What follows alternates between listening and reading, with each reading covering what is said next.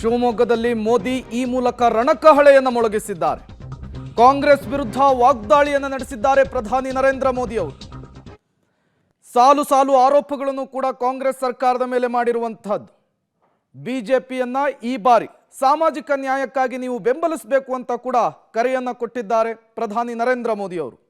ಶಿವಮೊಗ್ಗದ ಬಿಜೆಪಿ ಅಭ್ಯರ್ಥಿ ಬಿ.ವೈ. ರಾಘವೇಂದ್ರ, ದಾವಣಗೆರೆಯ ಬಿಜೆಪಿ ಅಭ್ಯರ್ಥಿ ಗಾಯತ್ರಿ ಸಿದ್ದೇಶ್ವರ್, ಚಿಕ್ಕಮಗಳೂರಿನ ಬಿಜೆಪಿ ಅಭ್ಯರ್ಥಿ ಕೋಟಾ ಶ್ರೀನಿವಾಸ್ ಪೂಜಾರಿ, ದಕ್ಷಿಣ ಕನ್ನಡದ ಬಿಜೆಪಿ ಅಭ್ಯರ್ಥಿ ಬ್ರಿಜೇಶ್ ಚೌಟಾ ಜೊತೆಗೆ ಬೆಂಗಳೂರು ಗ್ರಾಮಾಂತರದ ಬಿಜೆಪಿ ಅಭ್ಯರ್ಥಿ ಸಿ.ಎನ್. ಮಂಜುನಾಥ್ ಅವರನ್ನ ಭರ್ಜರಿ ಮತಗಳ ಮೂಲಕ ಗೆಲ್ಲಿಸಬೇಕು ಅಂತೇಳಿ ಇವತ್ತು ಶಿವಮೊಗ್ಗದಲ್ಲಿ ನಡೆದಂತಹ ಸಮಾರಂಭದ ಮೂಲಕ ಬಹಿರಂಗ ಕರೆಯನ್ನು ಕೊಟ್ಟಿದ್ದಾರೆ ಪ್ರಧಾನಿ ನರೇಂದ್ರ ಮೋದಿ ಅವರು.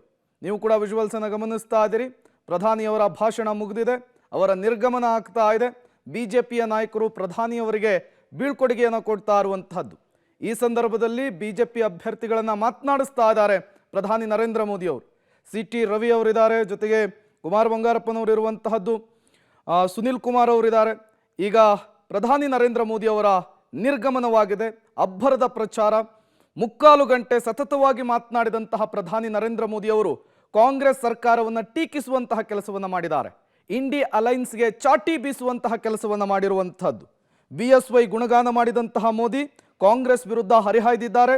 ಕೇಂದ್ರ ಸರ್ಕಾರದ ಸಾಧನೆಯನ್ನು ಗುಣ ಮಾಡಿ ಇಂಡಿ ಅಲೈನ್ಸ್ಗೆ ಟಕ್ಕರನ್ನು ಕೊಟ್ಟಿದ್ದಾರೆ. ಕಾಂಗ್ರೆಸ್ ಆರೋಪಕ್ಕೆ ಬಹಿರಂಗ ವೇದಿಕೆಯ ಮೂಲಕವೇ ತಿರುಗೇಟನ್ನು ಕೊಟ್ಟಿರುವಂತಹದ್ದು ಪ್ರಧಾನಿ ನರೇಂದ್ರ ಮೋದಿ ಅವರು.